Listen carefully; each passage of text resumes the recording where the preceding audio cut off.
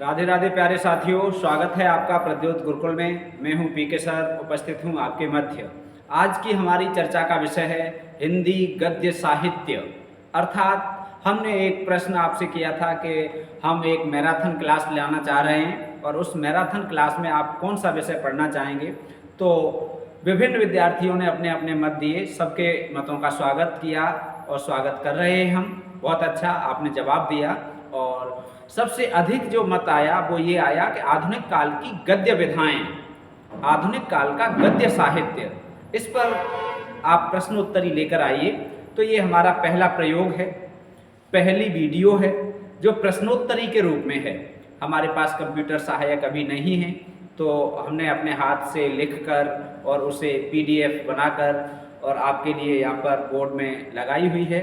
तो आप ये मत सोचना कि PPT नहीं है, कोई बात नहीं, जब PPT की व्यवस्था हो जाएगी तब हम लोग PPT से पढ़ लेंगे। तो जो पढ़ने वाले होते हैं वो कभी बहाने नहीं बनाते, ठीक है। तो आप इस बात का ध्यान रखेंगे। आज हम प्रश्नोत्तरी लेकर आए हैं। हो सकता है हमारी क्लास आज थोड़ी बड़ी हो जाए। हम महत्वपूर्ण प्रश्न लेकर आए हैं गद्य साहित्य के, और वो गद्य साहित्य के महत्वपूर्ण प्रश्नों की महत्वपूर्ण व्याख्या भी हम करेंगे, ठीक है। तो आप सभी लोगों को शेयर कर दीजिए और मैं आप सबसे उम्मीद रखता हूं कि आज की क्लास में 100+ लोग लाइव हो जाने चाहिए, ठीक है। 100+ लोग लाइव आ जाएं कम से कम। ये आपका काम है, ये काम हमारा नहीं है। हमारा जो काम है वो हमने कर दिया है और हम कर रहे हैं, ठीक है। तो हमारा चुन चुन के मोती लेकर आना, गोता लगा लगा कर कौन सा प्रश्न परीक्षा के लिए महत्वपूर्ण है। और हम आपको एक बात ये और बता दें कि हमें क्या पढ़ना है और क्या नहीं पढ़ना है, ये दोनों बातें हमें आनी चाहिए। क्या होता है कि हम पढ़ते तो बहुत हैं लेकिन गलत दिशा में पढ़ते हैं, तो फिर क्या होता है, हम सफलता तक नहीं पहुंच पाते हैं। तो क्या पढ़ना है ये पता होना चाहिए, इसके साथ साथ क्या नहीं पढ़ना है ये भी हमें पता होना चाहिए। प्रश्न कहाँ कहाँ से बन रहे हैं और कैसे बन रहे हैं। तो ये प्रश्नोत्तरी आपके TGT PGT के लिए है। TGT 2021 जैसे प्रश्न भी इसमें सम्मिलित किए गए हैं। TGT 2021 को आधार बनाकर, या भविष्य में और भी प्रश्नोत्तरियाँ होंगी तो उन्हें आधार बनाकर हम रखेंगे। प्रश्न पत्र हल्के स्तर का हो चाहे उच्च स्तर का हो, दोनों तरह का हम ध्यान रखेंगे, ठीक है। MP वर्ग 2 के लिए प्रश्नोत्तरी महत्वपूर्ण है, झारखंड PGT के लिए बेहद महत्वपूर्ण है, बिहार BPSC के लिए भी महत्वपूर्ण है, राजस्थान का जो असिस्टेंट प्रोफेसर है, लेक्चरर, उस परीक्षा के लिए फर्स्ट ग्रेड सेकंड ग्रेड के लिए भी ये बहुत महत्वपूर्ण है। अर्थात हिंदी साहित्य की सभी परीक्षाओं के लिए जहां हिंदी साहित्य के प्रश्न आते हैं तो हिंदी गद्य साहित्य से संबंधित ये महत्वपूर्ण प्रश्नोत्तरी हम आपके लिए लेकर आए हैं। आइए चर्चा करते हैं आज की इस प्रश्नोत्तरी पर।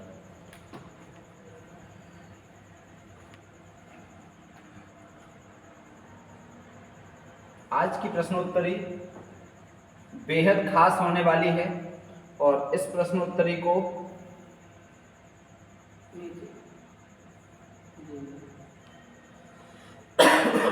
ये देखिए, स्क्रीन पर आपको दिख रहा होगा, ये हमने स्वयं लिखा है, हमारे ही राइटिंग में लिखा हुआ है, ठीक है। चलो, राधे राधे, सभी को राधे राधे, सभी को राधे राधे। हिंदी गद्य साहित्य आधुनिक काल, आधुनिक काल से बहुत अधिक प्रश्न बनते हैं आजकल परीक्षाओं में, ठीक है। पहली प्रश्नोत्तरी है, आप सबको मालूम है।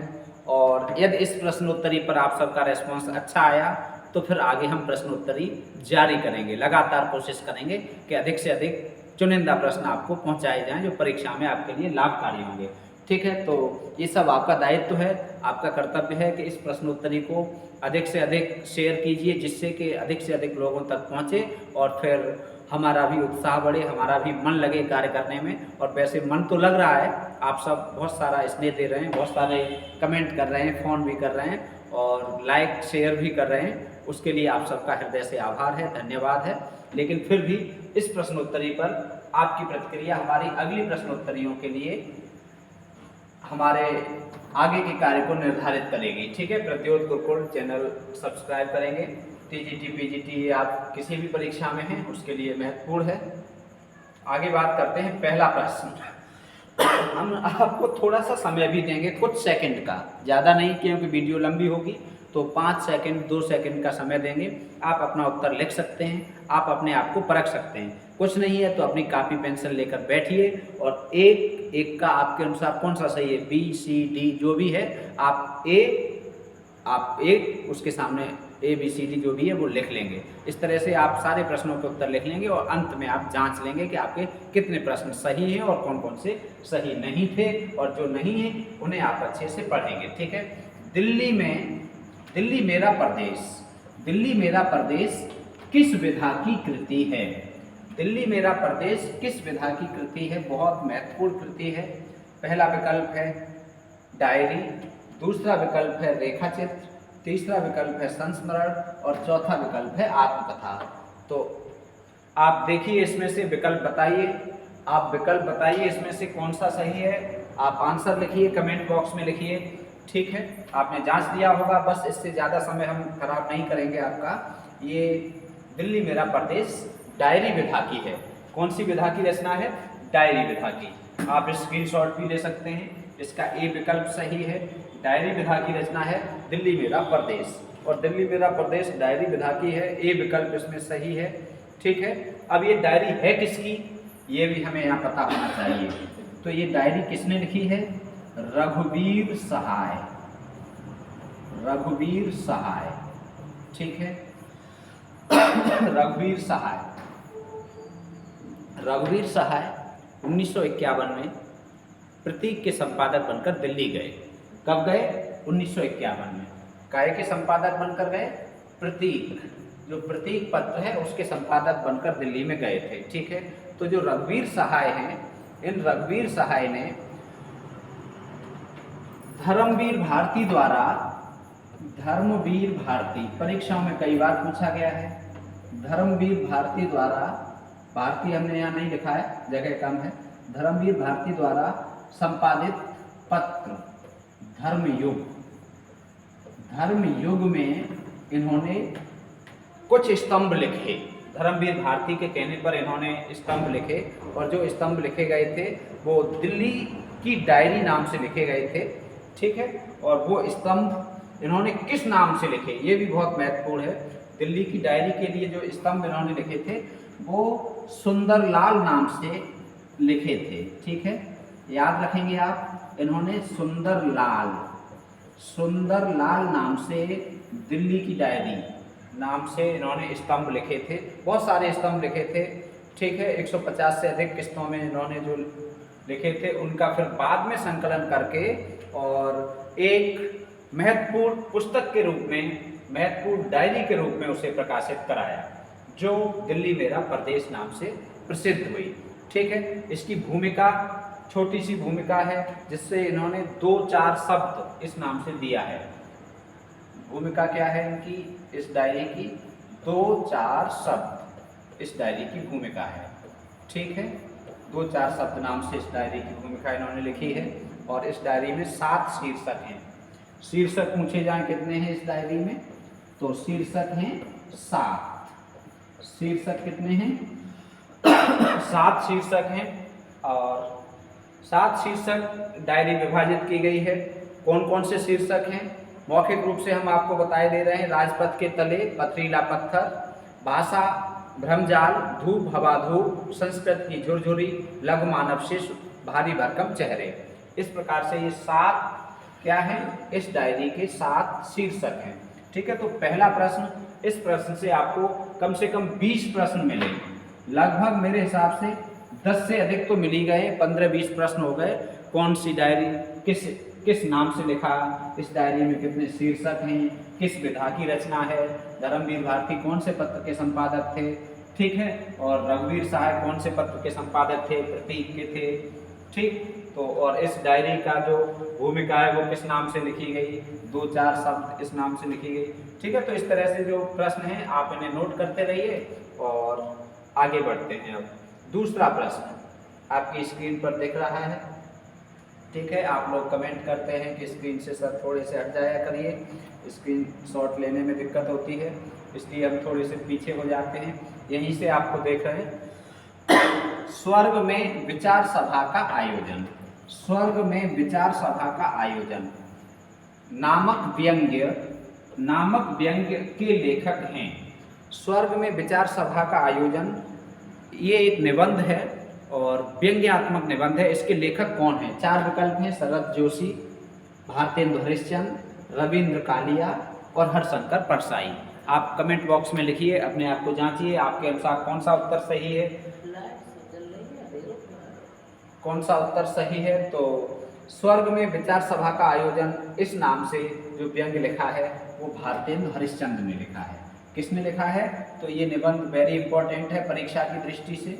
स्वर्ग में विचार सभा का आयोजन भारतेंदु हरिश्चंद्र का निबंध है। और स्वर्ग में जो विचार सभा हुई थी उसमें जो स्वर्ग में पहुंचने वाले लोग थे वो 2 पार्टियों में विभाजित हो गए थे। 2 पार्टियां कौन कौन सी थी? कंजर्वेटिव और लिबरल। तो इन 2 पार्टियों में विभाजित हो गए थे। तो उसी का वर्णन इन्होंने किया है, व्यंग्यात्मक निबंध लिखा है। बहुत महत्वपूर्ण निबंध है परीक्षा की दृष्टि से, कई बार परीक्षाओं में पूछा गया है। आइए अगला प्रश्न देखते हैं। ये है आपकी स्क्रीन पर, ये अगला प्रश्न दिखाई दे रहा है। प्रश्न संख्या 3। प्रश्न संख्या 3 आप देखिए, मौत की घाटी। मौत की घाटी किस विधा की रचना है? यात्रावृत्त है, डायरी है, संस्मरण है या रिपोर्टाज है? मौत की घाटी किस विधा की रचना है? आप अपने आप को जांचिए। तीसरे प्रश्न का उत्तर कौन सा है? कमेंट बॉक्स में लिखिए। मौत की घाटी किस विधा की रचना है? मौत की घाटी की विधा बतानी है। कौन सी विधा की रचना है मौत की घाटी? बताइए, कमेंट करके बताएंगे आप। इसमें ए विकल्प सही है। मौत की घाटी यात्रावृत्त है। मौत की घाटी क्या है? यात्रावृत्त। अब ये किनका लिखा यात्रावृत्त है? ये है अज्जेय का। ठीक, अज्जेय का लिखा हुआ यात्रावृत्त है। इनका पूरा नाम क्या है? आपको ये भी पता होना चाहिए। आपको पता होगा मेरे हिसाब से इनका पूरा नाम, आप जानते होंगे इनका पूरा नाम क्या है। सच्चिदानंद हीरानंद वात्स्यायन अज्ञेय। सच्चिदानंद हीरानंद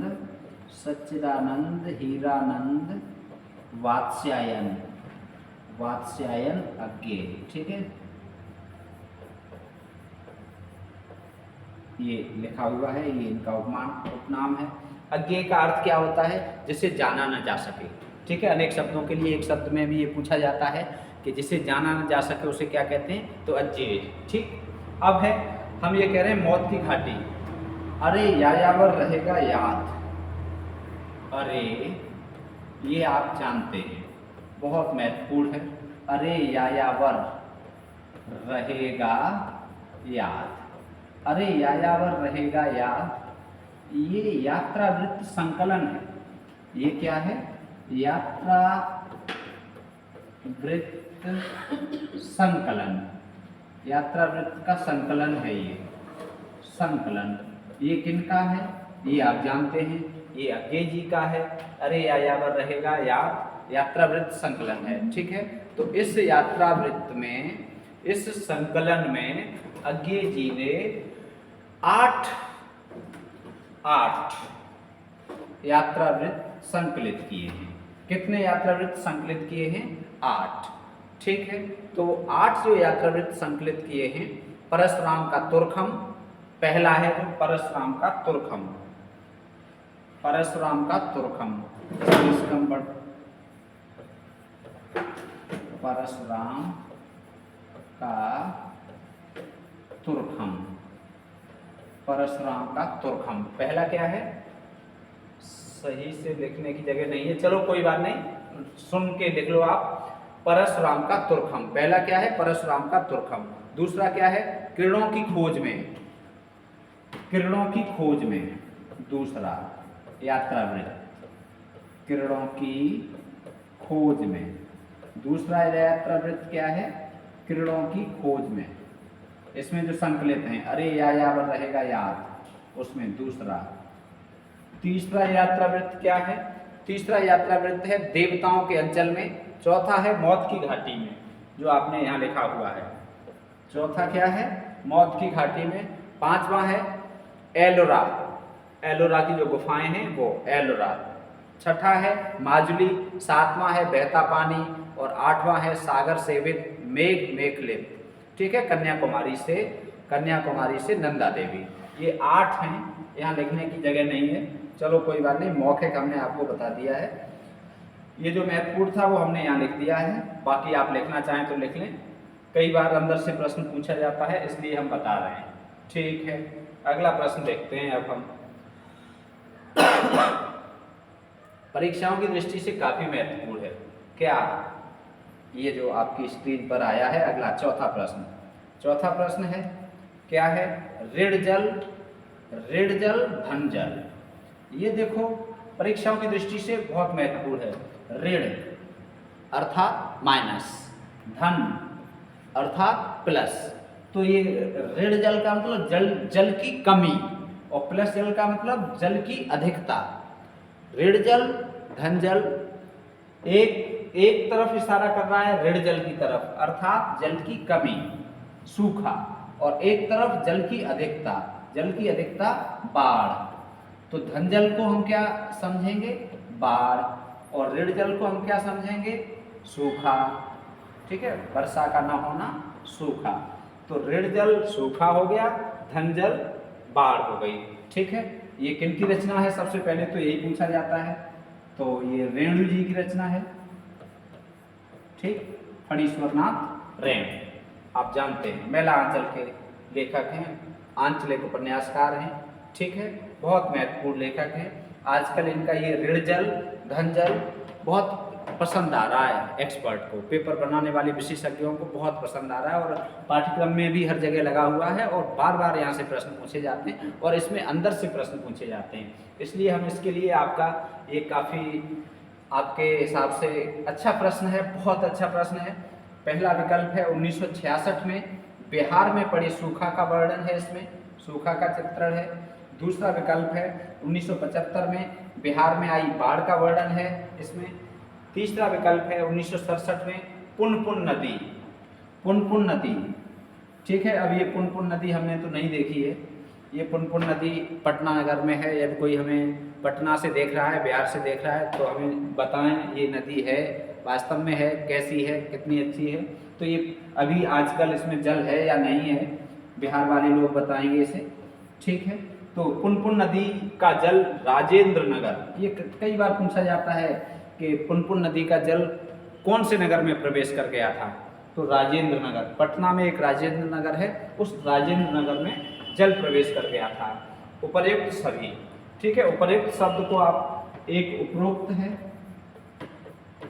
उपरोक्त, और दूसरा है उपर्युक्त। तो आप ये शुद्ध वर्तनी उपर्युक्त, ये वाला सही लिखेंगे। ठीक, ये वाला नहीं लिखेंगे, जहाँ भी जरूरत हो आप उपर्युक्त लिखिए। ठीक, उपरोक्त तद्भव भी मानते हैं, उसे तत्सम मानते हैं।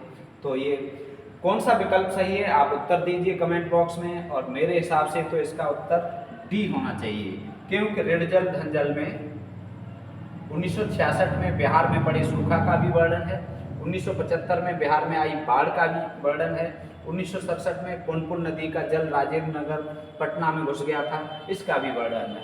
अर्थात इन तीनों घटनाओं का वर्णन है ऋण जल धन जल में, ऋण जल धन जल में। ठीक है, और ये घटनाओं का वर्णन है।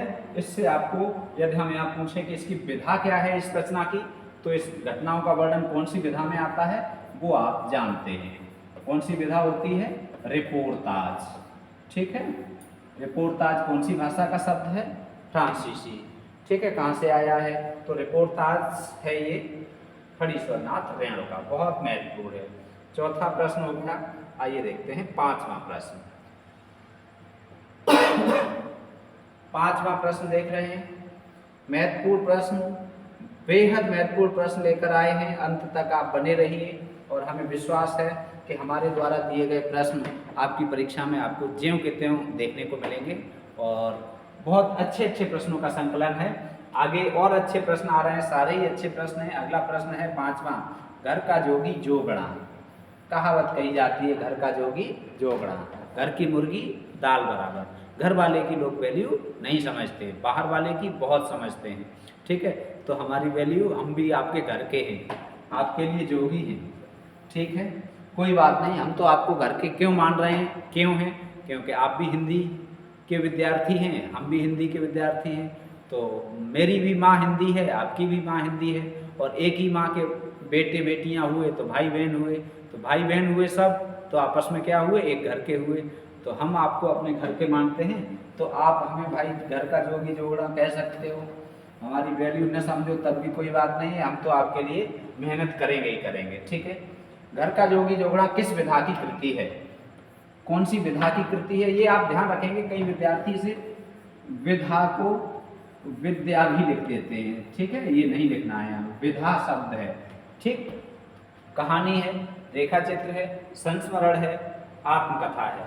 कमेंट बॉक्स में लिखिए, आपको 5 सेकंड का समय मिल रहा है। घर का जोगी जोगड़ा किस विधा की रचना है, घर का जोगी जोगड़ा किस विधा की रचना है, तो ये है संस्मरण है।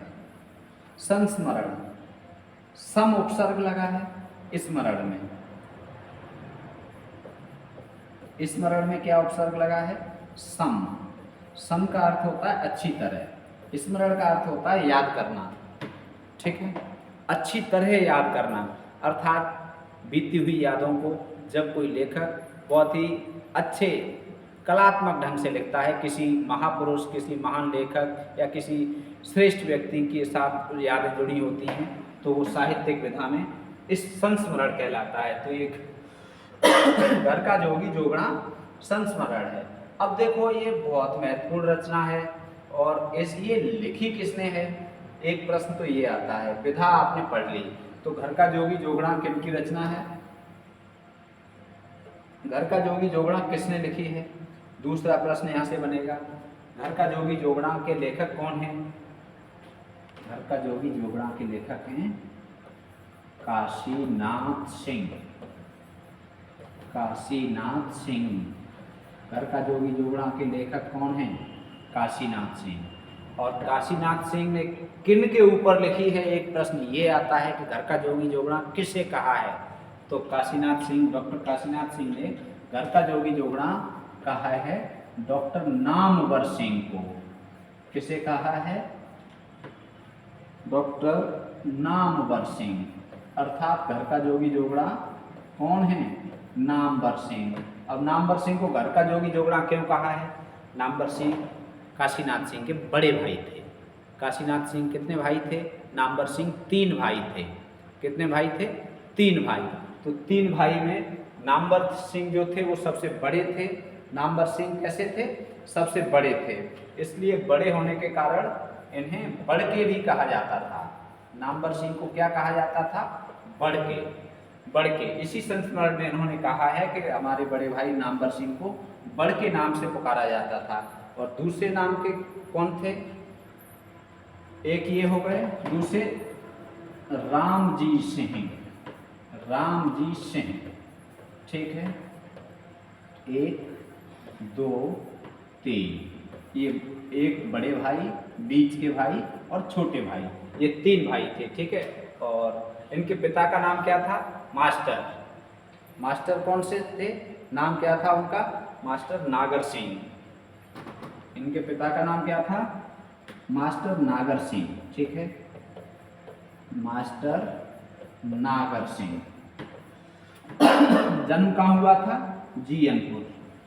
घर का जोगी जोगड़ा का जो पहला भाग है वो भी इसी नाम से है, जीयनपुर, ठीक है। पहले हम इसके भाग यहाँ पर थोड़े से समझे ले रहे हैं, ये महत्वपूर्ण कृति है, तो यहाँ स्पेस थोड़ा सा कम बच रहा है, कोई दिक्कत नहीं। घर का जोगी जोगड़ा ये क्या है, संस्मरण है, और कितने भागों में है, 4 भागों में है, ठीक है। 4 भाग कौन कौन से हैं, नंबर 1 पे तो हमने जीयनपुर लिख दिया है, नंबर 2 पे है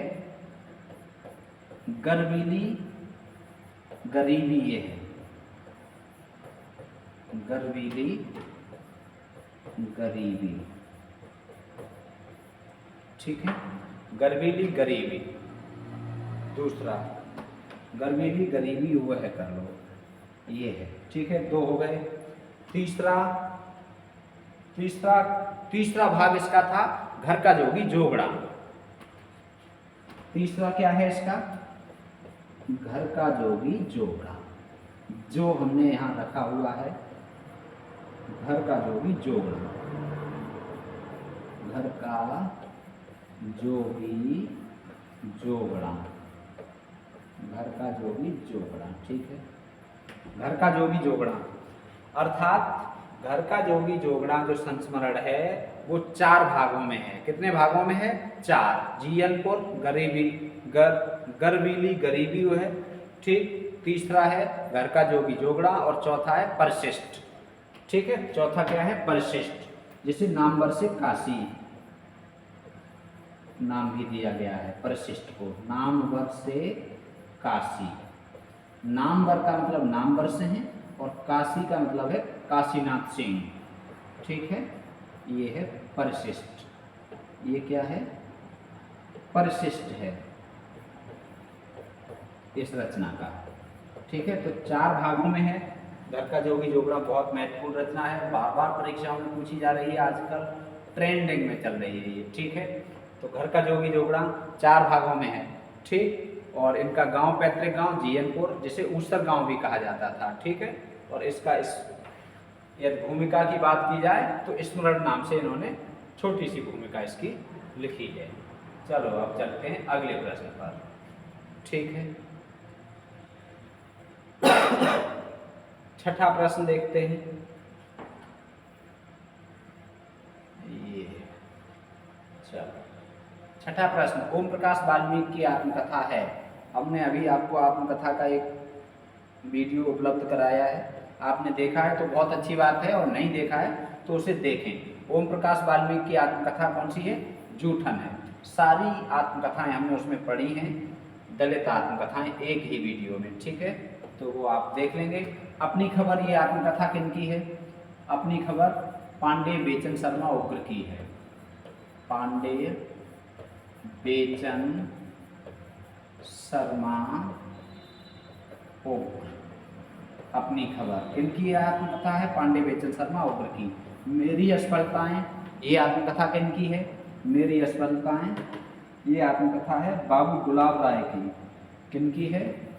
बाबू गुलाब राय की। बहुत महत्वपूर्ण है ये, हमने इम्पोर्टेंट रचनाएं ही लिखी हैं, गुलाब राय परीक्षा में आने वाली हैं, तो ये भी महत्वपूर्ण है, बहुत पूछी गई, असिस्टेंट प्रोफेसर में पूछी गई थी अभी। अपनी खबर, ये भी वेरी इंपॉर्टेंट है, बहुत पूछी जाती है। मेरी असफलताएं बहुत पूछी जाती है, और क्या भूलूं क्या याद करूं, ठीक है। हरिवंशराय बच्चन, किनकी आत्मकथा है ये? हरिवंशराय बच्चन। और बच्चन जी की आत्मकथा 4 भागों में है, और 3 बचे हुए भाग आप कमेंट बॉक्स में लिखें। देखो, लिखने की बात आए वहाँ आप कंजूसी मत किया करो। कारण क्या है कि लिखने से याद होता है, लिखने से तैयार होता है, कंठस्थ होता है, और लिखा हुआ हम कम भूलते हैं। तो क्या है, जब भी हम कोई प्रश्न देते हैं तो बहुत कम लोग उसका उत्तर देते हैं। हमें पता है आपको उसका उत्तर आ रहा है, लेकिन आप जब वीडियो देख रहे हैं उसी समय यदि आप टाइप कर देंगे तो भी उत्तर उसका हो जाएगा। और उत्तर लिखने में मेरे हिसाब से 1 मिनट तो नहीं लगेगा, उससे कम समय लगेगा, 10-20 सेकंड लगेंगे। तो 10-20 सेकंड की बात को लिखने में, 1 मिनट 2 मिनट की बात को लिखने में कंजूसी मत किया करो। हम आपके लिए इतना लिख रहे हैं, 10-10, 20-20 पंक्तियाँ लिख रहे हैं, 2-2, 4-4 पेज लिख रहे हैं, बोर्ड पर लिख रहे हैं, वैसे लिख रहे हैं, तो आप कमेंट बॉक्स में एक प्यारा सा कमेंट नहीं लिख सकते? तो आपको जैसी वीडियो लग रही है आप कमेंट अवश्य बताएं, ये बताएं कि सर इसमें ये कमी है, ये अच्छाई है, और अच्छाई है तो क्या क्या अच्छाई है, एक प्यारा सा कमेंट जरूर कर दिया करो। आगे देखते हैं 7वां, घर का जोगी जोगड़ा। ये देखो फिर से आ गया प्रश्न, परीक्षाओं में रिपीट होता है, इसीलिए यहाँ थोड़ा अलग तरह से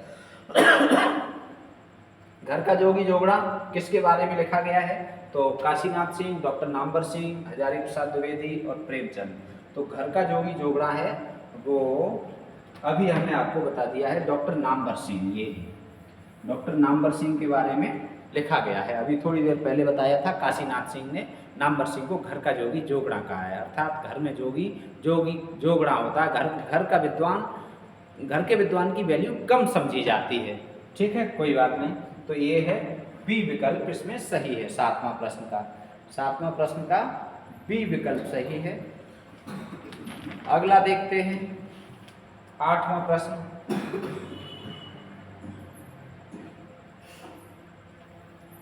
गिल्लू, बहुत महत्वपूर्ण प्रश्न है ये गिल्लू।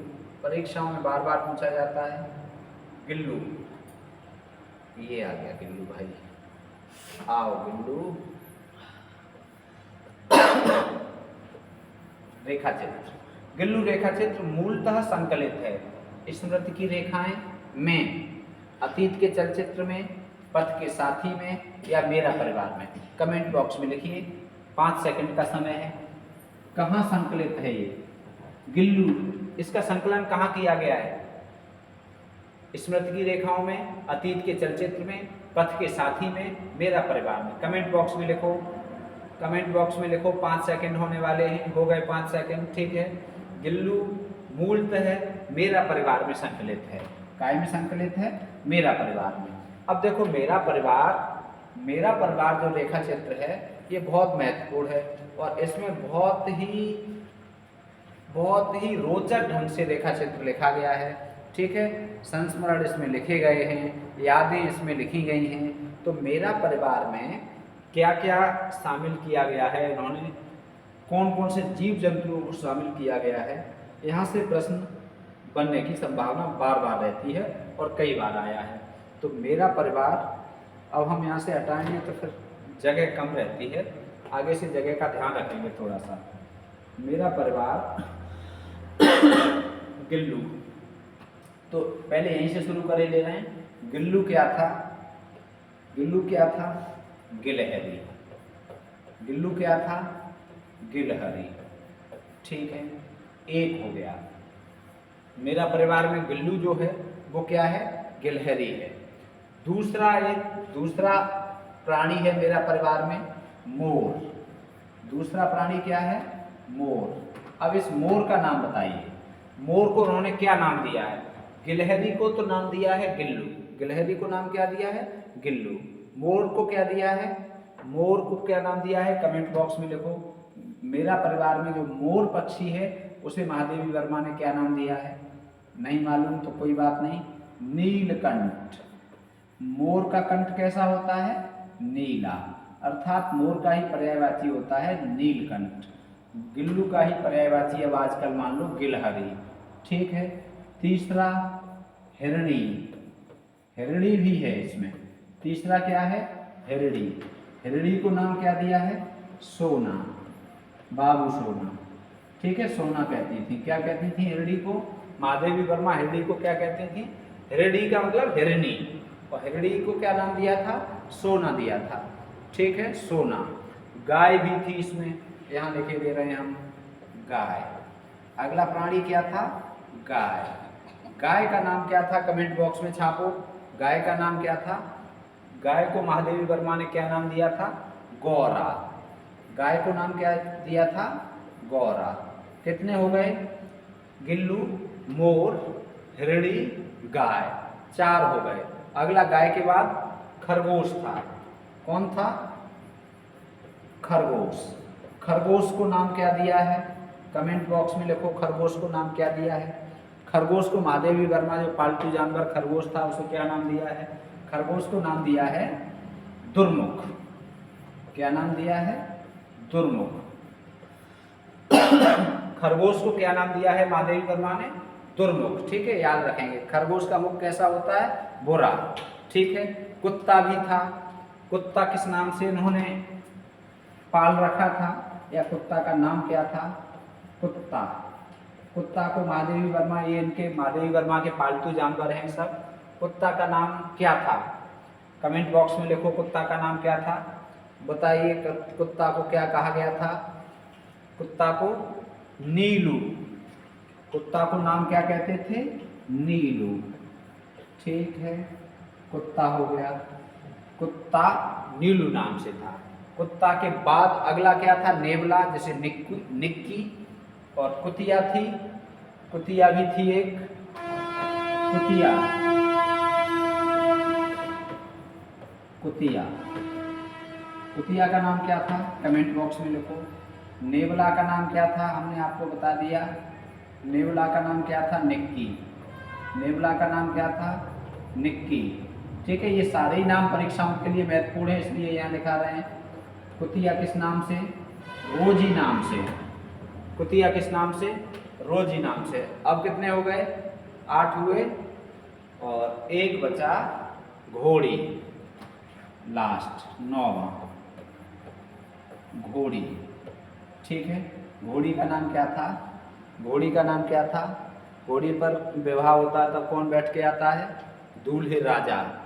और राजा जब ऊपर है तो घोड़ी, घोड़ी का नाम क्या रखा है इन्होंने? रानी। घोड़ी का नाम क्या रखा है? रानी, राजा रानी। ठीक है, घोड़ी का नाम रानी। तो ये सारे परिवार हो गए मेरा परिवार। इतना बड़ा परिवार है महादेवी वर्मा का। कितना बड़ा परिवार है? गिल्लू गिलहरी के रूप में है, गिलहरी को गिल्लू परिवार का सदस्य। दूसरा सदस्य मोर अर्थात नीलकंठ। तीसरा हिरड़ी अर्थात सोना। नेवला अर्थात निक्की। कुतिया अर्थात रोजी। घोड़ी अर्थात रानी। कुत्ता अर्थात नीलू। खरगोश अर्थात दुर्मुख।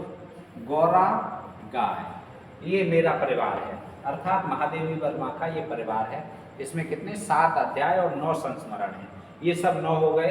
अध्याय की संख्या कितनी है? 7 और संस्मरण की संख्या कितनी है? 9। ठीक है, आइए आगे बढ़ते हैं। अगला है, आ जाओ, 9वां प्रश्न।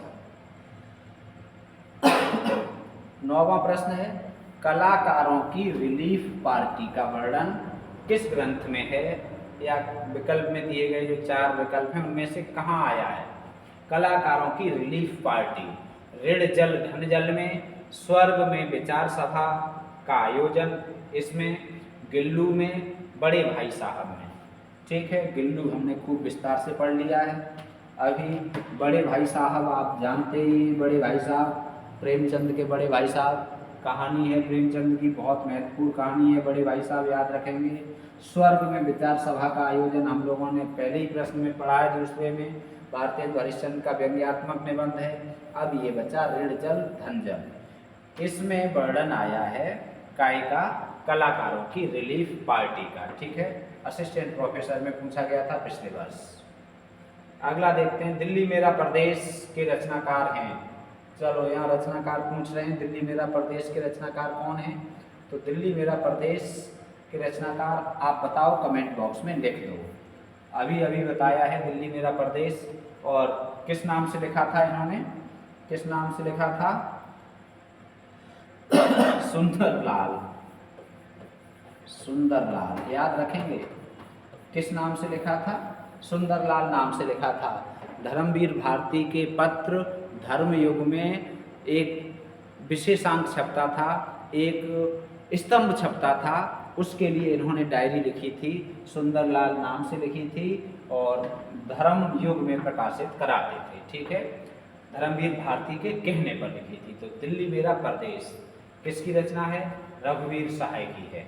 दिल्ली मेरा प्रदेश किनकी रचना हो गई? रघुवीर सहाय। ठीक है, बहुत महत्वपूर्ण रचना है दिल्ली मेरा प्रदेश, बार बार पूछा जाता है। अगला देखते हैं। अब अगला प्रश्न देखते हैं, कितने हो गए? 10। आइए अगला देखते हैं। बहुत ही महत्वपूर्ण प्रश्नों की श्रृंखला है, आपको खुद भी लग रहा होगा, और आप बस जुड़े रहिए, अपने दोस्तों को जोड़े रहिए, दोस्तों को शेयर करिए, और इस क्लास में 100+ लाइव आ जाने चाहिए। ये हम आपसे उम्मीद रखते हैं कि कम से कम 100 लोग तो इसे लाइव देखें। ठीक है, 100 देखेंगे, अगले बार और अच्छा और बड़ी संख्या में प्रश्न लेके आएंगे। फिर धीरे धीरे हमारा ये परिवार आगे जैसे बढ़ रहा है वैसे ही बढ़ता रहेगा। दूसरी परंपरा की खोज के लेखक हैं, तो दूसरी परंपरा की खोज के लेखक आचार्य हजारी प्रसाद द्विवेदी, नामवर से हैं डॉक्टर रामविलास शर्मा और अज्ञे। ठीक है, इसकी PDF आपको सेम जैसा लिखा हुआ है राइटिंग, ये PDF आपको प्रद्योत गुरुकुल टेलीग्राम चैनल पे मिल जाएगी। प्रद्योत गुरुकुल टेलीग्राम चैनल आप सब्सक्राइब कर लेंगे तो PDF आपको मिल जाएगी। क्या PDF आपको यदि चाहिए इसकी, ठीक है, उत्तरमाला सहित PDF आपको मिल जाएगी प्रद्योत गुरुकुल टेलीग्राम चैनल पर। ठीक है, और किसी भी तरह की शंका है या कोई भी आप बात करना चाहते हैं तो 9758432887 इस नंबर पर आप हमसे बात कर सकते हैं। मेरा नाम PK सर है ठीक है। तो दूसरी परंपरा की खोज, मेरे हिसाब से 4 विकल्प देख के आपने उत्तर लिख दिया होगा बिना कहे। दूसरी परंपरा की खोज किसने लिखी है? दूसरी परंपरा की खोज के लेखक हैं डॉक्टर नामवर सिंह। डॉक्टर नामवर सिंह ने दूसरी परंपरा की खोज लिखी है। और किसकी रचनाओं का समीक्षात्मक ग्रंथ है ये? किनके जीवन पर लिखा गया है?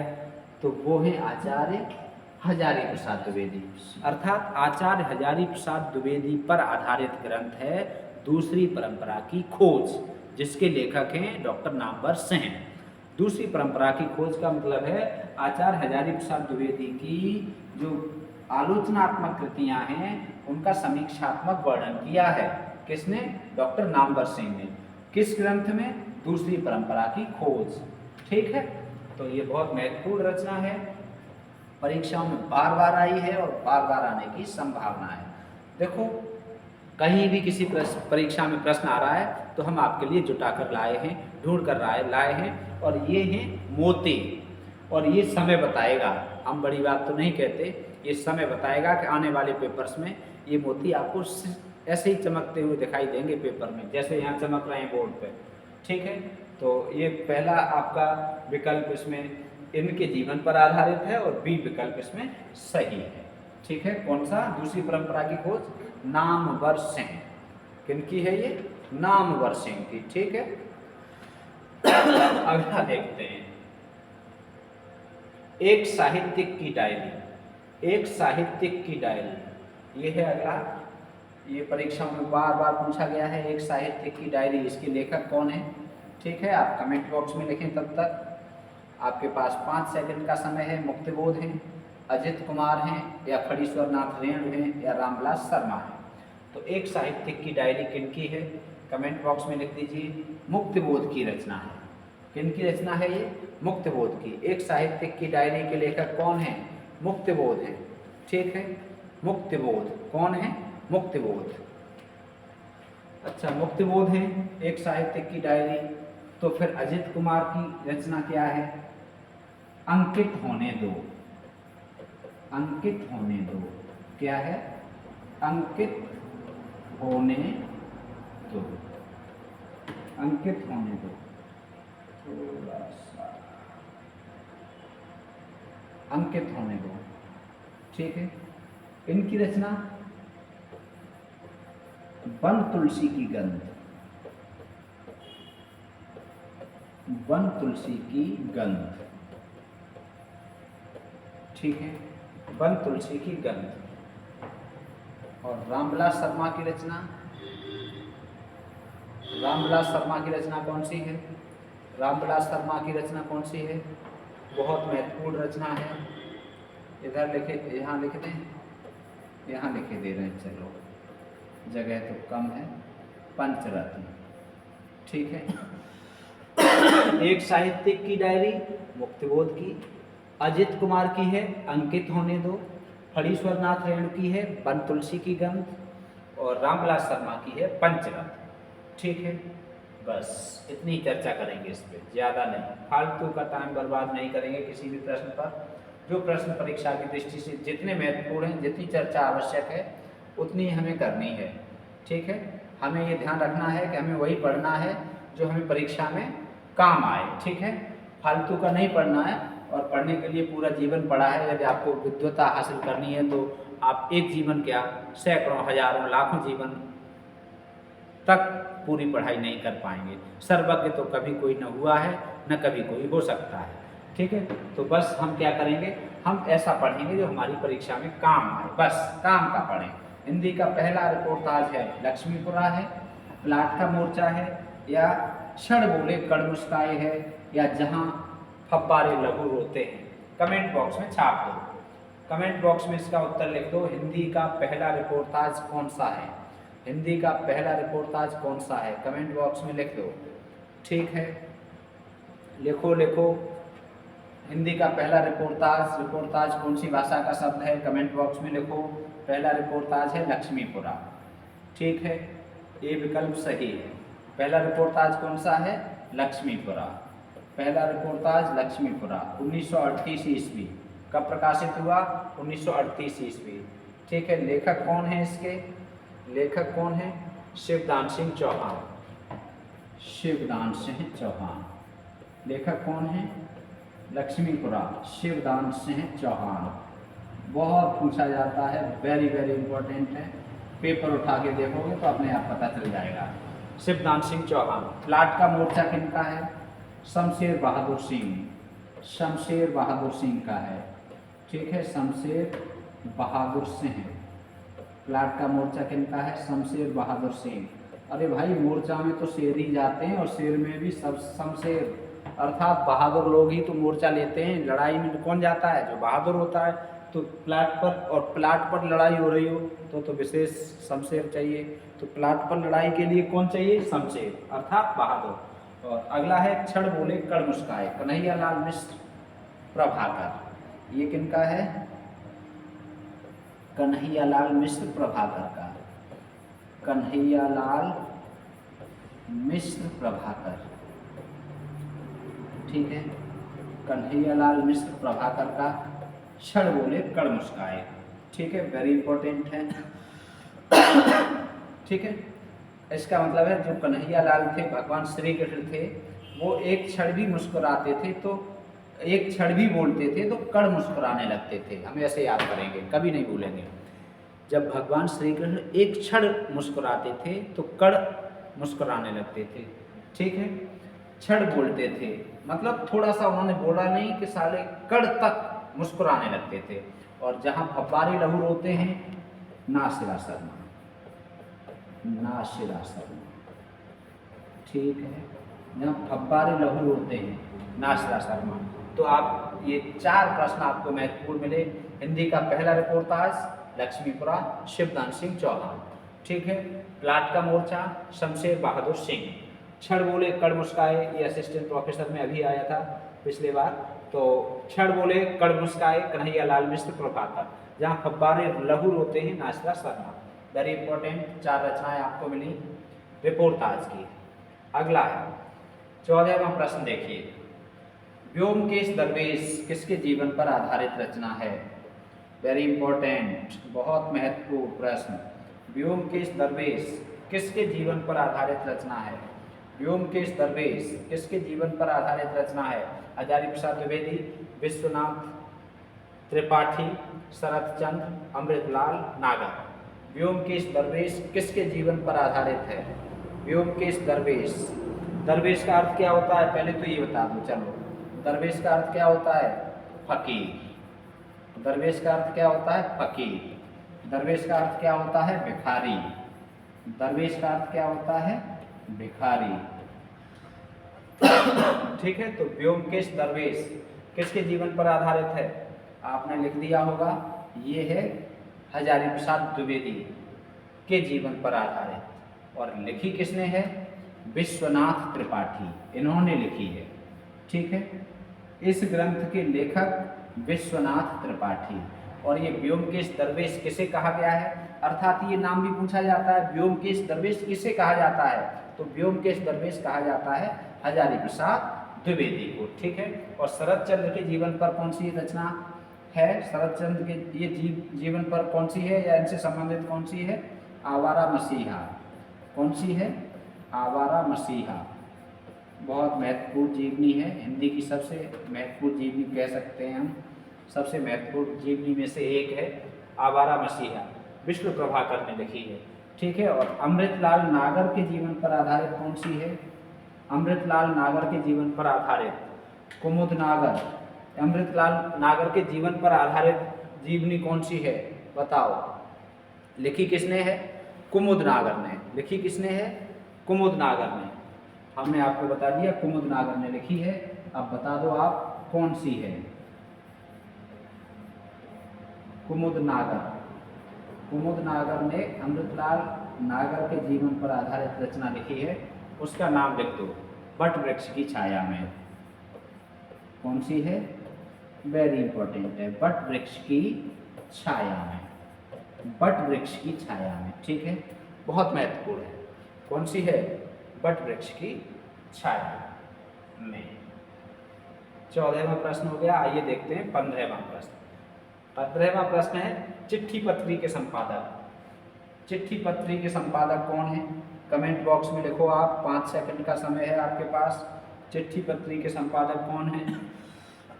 ये 2 भागों में थे, ठीक है, भाग 2।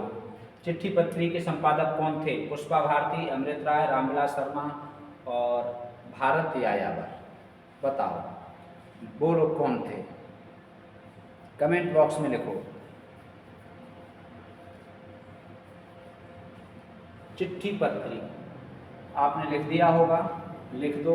चिट्ठी पत्री ये है अमृत राय। और किनकी चिट्ठी पत्रियों का संकलन है? प्रेमचंद जी, ठीक है। चिट्ठी पत्री नाम से संकलन संपादन किया है इन्होंने प्रेमचंद जी की। पुष्पा भारती, अब इनका ग्रंथ कौन सा है? अक्षर अक्षर यज्ञ, अक्षर अक्षर यज्ञ, अक्षर अक्षर यज्ञ, ठीक है, अक्षर अक्षर यज्ञ। और रामविलास शर्मा का तो आप जानते ही हैं, मित्र संवाद, ठीक है। ये सब कौन क्या चीजें हैं? ये पत्र हैं, मित्र संवाद, मित्र संवाद, ठीक है। रामविलास शर्मा ने मित्र संवाद का संपादन किया है। अगला कौन बचा? भारत यायावर, भारत यायावर, ठीक है, भारत यायावर। इनका चिट्ठिया, चिट्ठिया हो तो हर कोई बाँचे, हर कोई बाँचे, चिट्ठिया हो तो हर कोई बाँचे, चिट्ठिया हो तो हर कोई बाँचे, ठीक है। किनकी है ये? भारत यायावर की। ये 4 रचनाएं आपको याद हो गई। पुष्पा भारती, अक्षर अक्षर यज्ञ, चिट्ठिया हो तो हर कोई बाँचे, भारत यायावर, ठीक। पत्रों का संकलन, अगला देखते हैं। ये आपको दिखाई दे रहा है प्रद्योत गुरुकुल, मोबाइल नंबर लिखा हुआ है साइड में। आगे देखते हैं। हिंदी का प्रथम गद्य काव्य है। हिंदी का पहला गद्य काव्य कौन सा है? बहुत पूछा जाता है परीक्षाओं में, हिंदी का पहला गद्य काव्य कौन सा है? तो हिंदी का पहला गद्य काव्य कौन सा है? कमेंट बॉक्स में लिखो जल्दी से। हिंदी का पहला गद्य काव्य कौन सा है? जल्दी से बताओ। हिंदी का पहला गद्य काव्य साधना है, ठीक है। भग्नदूत के लेखक कौन है? अज्जेय, सच्चिदानंद हीरानंद वात्स्यायन अज्जेय। साहित्य देवता, इसके लेखक कौन है? माखनलाल चतुर्वेदी। बहुत पूछा जाता है, हमने वही लिया है जो परीक्षाओं के लिए वेरी इंपॉर्टेंट है, माखनलाल चतुर्वेदी, ठीक। और कहीं नहीं वहीं, अशोक वाजपेयी, कहीं नहीं वहीं, अशोक वाजपेयी।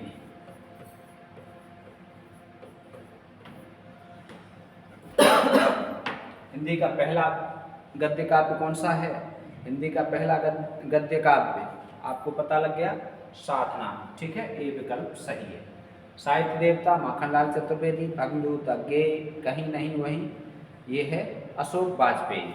अगला प्रश्न देखते हैं, 17वां प्रश्न। 17वां प्रश्न, यशपाल की आत्मकथा है, बहुत पूछी जाती है। यशपाल की आत्मकथा कमेंट बॉक्स में लिखो पहले, 5 सेकंड का समय है। यशपाल की आत्मकथा लिखना न भूलें, कृपया जो भी देख रहे हैं लिखें जरूर, ठीक है। आप नोट करें और अवश्य लिखें।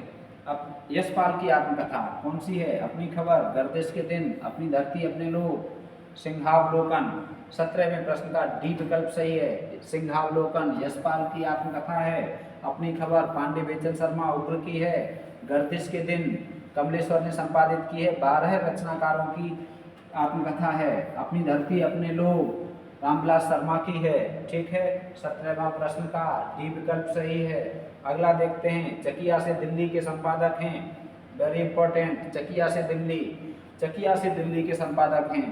चकिया से दिल्ली, कमेंट बॉक्स में जल्दी से लिखो, चकिया से दिल्ली के संपादक कौन हैं? कमलेश्वर हैं, कामेश्वर प्रसाद हैं, कृष्णा सोबती हैं, केदारनाथ सिंह हैं। लिखो लिखो जल्दी से। कमलेश्वर हैं, जी नहीं है। कृष्णा सोबती हैं, जी नहीं है। केदारनाथ सिंह हैं? नहीं है। कामेश्वर प्रसाद हैं? हाँ हैं। और एक बहुत अच्छी बात यह है कि ये कामेश्वर प्रसाद बलिया के रहने वाले हैं और इन्होंने हमें स्नातक में अर्थात बीए में हिंदी पढ़ाई है, हमारे गुरुजी हैं। ठीक है, तो कामेश्वर प्रसाद जो हैं ये हमारे गुरुजी हैं और बहुत ही बढ़िया आदमी हैं, बहुत ही योग्य आदमी हैं। और ये इन्होंने लिखा है चकिया से दिल्ली। अब चकिया क्या है? चकिया क्या है? बताओ चकिया क्या है? चकिया चकिया क्या है? चकिया जो कबीरदास ने लिखी है, दो चाकी के मध्य में बचान साबुत बचा न कोय, ठीक है, वो वाली चकिया नहीं है। ये चकिया है गांव, ये चकिया है स्थान, और ये कहाँ है? बलिया जनपद में। और किनका जन्म स्थान है? केदारनाथ सिंह। केदारनाथ सिंह का जन्म है, जन्म स्थान। ठीक है, केदारनाथ सिंह का जन्म स्थान कहाँ है? चकिया, बलिया, उत्तर प्रदेश। ठीक है, तो चकिया से दिल्ली केदारनाथ सिंह। और केदारनाथ सिंह का नाम तो आप जानते ही हैं। इन्हें कौन कौन सा पुरस्कार मिला? कमेंट बॉक्स में लिख दो। ज्ञानपीठ पुरस्कार कब मिला ये लिख दो, और इन्हें साहित्य अकादमी कब मिला ये भी आप लिख दो। ठीक, और कृष्णा सोबती का ग्रंथ हम हसमत, ठीक है, और एक है दिल्ली मार्फत,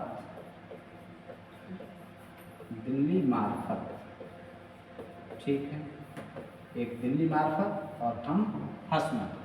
ठीक, संस्मरणात्मक ग्रंथ हैं। अगला है, ठीक है, तो चकिया से दिल्ली याद रखना, बहुत महत्वपूर्ण है। अगला देखो भाइयों, अब तो नींद से जागो। हम भी आपसे यही कहना चाह रहे हैं कि परीक्षा आपकी कभी भी हो सकती है। ठीक है, आयोग का गठन हो गया है टीजीटी पीजीटी वालों, और जो अन्य परीक्षाओं में हैं, वर्ग 2 में हैं, या झारखंड पीजीटी में हैं, या राजस्थान आरपीएससी में किसी परीक्षा में हैं, असिस्टेंट प्रोफेसर में हैं, नेट में, जेआरएफ में हैं। भाइयों, अब तो नींद से जागो, अपने देश की सब प्रकार से उन्नति करो, जिसमें तुम्हारी भलाई हो वैसी ही किताब पढ़ो। नींद से जागो, ठीक है, अपने देश की सब प्रकार से उन्नति करो, जिसमें तुम्हारी भलाई हो वैसी ही किताब पढ़ो, और जिसमें तुम्हारी भलाई हो वैसी ही वीडियो देखो, और जिसमें तुम्हारी भलाई हो वैसे ही शिक्षक से पढ़ो। ठीक है, ये हम दो पंक्तियां और इसमें जोड़े दे रहे हैं। ये कथन है भारत वर्षोन्नत कैसे हो सकती है, इस निबंध का, और भारतेंदु हरिश्चंद्र ने लिखा है ये निबंध। ठीक है, भारतेंदु हरिश्चंद्र जी कहते हैं कि भारत की उन्नति चाहते हो तो अच्छी किताबें पढ़ो, अच्छे शिक्षकों से पढ़ो। ठीक है, ये हम जोड़ दिया है इसमें। लास्ट प्रश्न है 20वां, विष्णु प्रभाकर को आवारा मसीहा लिखने में कितने वर्ष लगे? ये असिस्टेंट प्रोफेसर में पूछा गया था, और इसमें 14 वर्ष लगे। ठीक है, 14 वर्ष लगे। विष्णु प्रभाकर को आवारा मसीहा लिखने में कितने वर्ष लगे? 20वां प्रश्न है, 14 वर्ष लगे। ठीक है, इसमें उत्तरमाला भी दी है। कृपया चैनल को सब्सक्राइब करें, शेयर करें। वीडियो देखने के लिए धन्यवाद है आपका। तो ये थी आज की महत्वपूर्ण प्रश्नोत्तरी। हम 20 महत्वपूर्ण प्रश्न लेकर आए, उनकी व्याख्यात्मक हमने हल दिया आपको, जिससे आपको सैकड़ों प्रश्न नए मिले। इन सब प्रश्नों को आप एक जगह लिख लीजिए, और एक नोट्स जो बना रहे हैं उसे आप तैयार करते रहिए। आपकी परीक्षा में आने वाले प्रश्न हैं ये। ठीक है, आज की वीडियो बड़ी हो गई है तो कोई बात नहीं, बड़ी वीडियो हो गई, आपके काम की वीडियो है। हम तो वैसे भी छोटी ही वीडियो देते थे, लेकिन आप सबकी मांग पर, आप सबके बहुत अधिक कहने पर हमने आपको ये पहला प्रयास अपने हाथ से लिखकर और आपको प्रश्नोत्तरी देने का प्रयास किया है, जो हिंदी गद्य साहित्य आधुनिक काल की रामबाण प्रश्नोत्तरी है। इस बात को आप ध्यान रखना, याद रखना, और परीक्षा में जिस दिन आपको ये मोती दिखाई देंगे चमकते हुए, उस दिन आपको पी के सब याद करके विकल्प को एकदम से टिक कर देना। ठीक है, तो आज के लिए इतना ही। मिलते हैं अगली वीडियो में, तब तक के लिए स्वस्थ रहिए, मस्त रहिए, व्यस्त रहिए, पढ़ते रहिए, राधे राधे कहते रहिए, चैनल को सब्सक्राइब करते रहिए, दोस्तों को शेयर करते रहिए। ठीक है, जय हिंद, जय भारत।